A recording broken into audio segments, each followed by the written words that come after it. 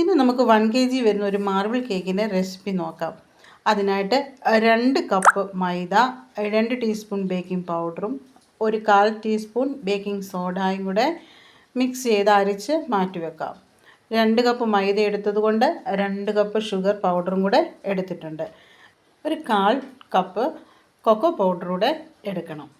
ഇനി നമുക്ക് 1/2 കപ്പ് ഓയിലും ബട്ടറും കൂടെ മിക്സ് ചെയ്തത്, 1/4 കപ്പ് ഓയിലും 1/4 കപ്പ് ബട്ടറും കൂടെ മിക്സ് ചെയ്തതാണ് ഓയിലായിട്ട് എടുക്കുന്നത്.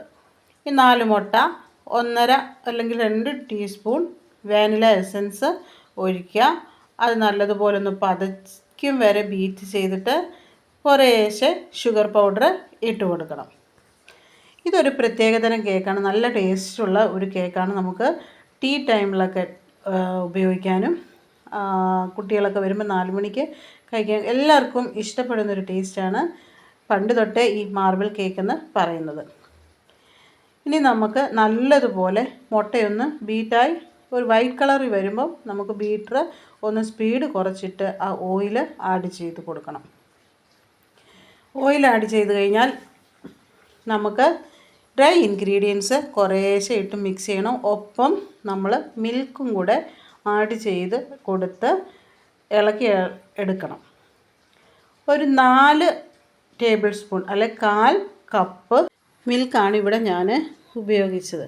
കുറേശ്ശെ ഡ്രൈ ഇൻഗ്രീഡിയൻസ് ഇട്ട് കൊടുക്കുക. അങ്ങനെ കുറേശ്ശെ എല്ലാവർക്കും 4 ടേബിൾ സ്പൂൺ അല്ലെങ്കിൽ 1/4 കപ്പ് മിൽക്ക് തന്നെ വേണമെന്ന് നിർബന്ധമില്ല. മുട്ടയുടെ വലിപ്പവും ഒക്കെ അനുസരിച്ച് നമുക്ക് മിൽക്ക് ഒഴിക്കുന്നത് കുറച്ചും കൂടി ആയിട്ട് വരാം. എന്തായാലും ഒരു റിബൺ കൺസിസ്റ്റൻസി ആവും വരെ നമ്മൾ മിൽക്ക് ആഡ് ചെയ്ത് കൊടുക്കണം.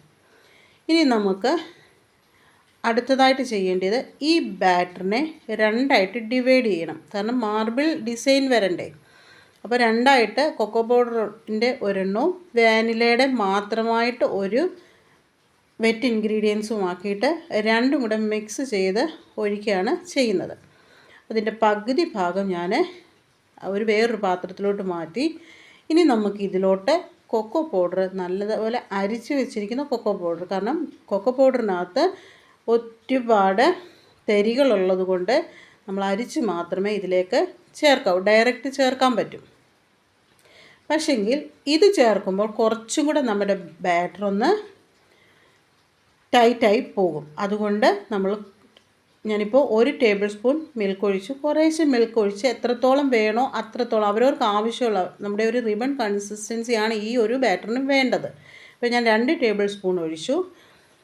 എന്നിട്ട് നല്ലതുപോലെ ഒന്ന് കട്ട് ആൻഡ് ഫോൾഡർ മെത്തേഡിൽ തന്നെ ഒന്ന് ഇളക്കി യോജിപ്പിക്കുക. മറ്റേ വാനിലയുടേത് നമ്മൾ അങ്ങനെ ആ ബാറ്റർ വെച്ചിട്ടുണ്ട്. ഇപ്പം ശരിക്കും 2 ടേബിൾ സ്പൂൺ കൂടാണ് മിൽക്ക് ആവശ്യമായിട്ട് വന്നത്. ഇനി നോക്കിക്കേ, ഞാൻ ദൂരേന്ന് കാണിക്കാം. ആദ്യം വാനില ഒഴിച്ചു, പിന്നീട് നമ്മൾ കൊക്കോ പൗഡർ ഇട്ട അല്ലെങ്കിൽ ചോക്ലേറ്റിൻ്റെ ഒഴിച്ചു. അത് കഴിഞ്ഞിട്ട് വീണ്ടും അങ്ങനെ മുകളിൽ വാനിലയും ചോക്ലേറ്റും കൂടെ നമ്മൾ ബാറ്റർ ഒഴിച്ച് ആ ഒരു ട്രേ എത്രത്തോളം ഫില്ല് ചെയ്യിക്കാമോ അത്രത്തോളം ബാറ്റർ ഒഴിച്ച് കൊടുക്കുക. ബാറ്റർ ഫുള്ള് ഒഴിച്ച് കൊടുത്തു കഴിഞ്ഞിട്ട് നമുക്കൊരു സ്റ്റിക്കോ എന്തെങ്കിലും ഒരു സാധനം എടുത്തിട്ട് നമുക്ക് അങ്ങോട്ടും ഇങ്ങോട്ടും വെറുതെ ഒന്ന് മിക്സ് ചെയ്ത് മുകളിൽ കൂടി ഒന്ന് മിക്സ് ചെയ്ത് കൊടുക്കണം.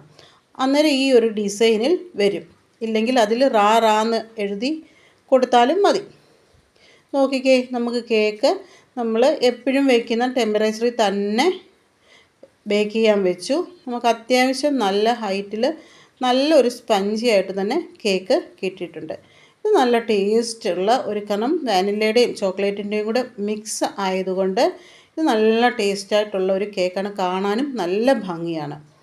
മറ്റ് കേക്കിൽ നിന്നും വ്യത്യസ്തമായിട്ട് ഇതിന് ഡ്രൈ ഇൻഗ്രീഡിയൻസ് കൂടുതൽ വേണം. എങ്കിൽ മാത്രമേ 1 kg വെയ്റ്റിൽ നമുക്ക് കസ്റ്റമർ പറയുന്ന ഉടനെ ഉണ്ടാക്കി കൊടുക്കാൻ പറ്റത്തുള്ളൂ. നമ്മുടെ സ്പഞ്ച് കേക്ക് ഉണ്ടാക്കുന്ന അളവിൽ എടുത്തു കഴിഞ്ഞാൽ ഇത് ഒരു 1/2 കിലോ പോലും ഉണ്ടാകില്ല കേക്ക്. 1 kg വേണമെങ്കിൽ നമുക്ക് 2 കപ്പ് മൈദ തന്നെ എടുക്കണം. ഇനി ഇത് പാക്ക് ചെയ്ത് നമുക്ക് കസ്റ്റമർക്ക് കൊടുക്കണം. ഇവിടെ നമുക്ക് നല്ലതായിട്ട് കേക്ക് വന്നിട്ടുണ്ട്. അടുത്തൊരു വീഡിയോ കാണുമ്പോൾ എല്ലാവർക്കും നന്ദി.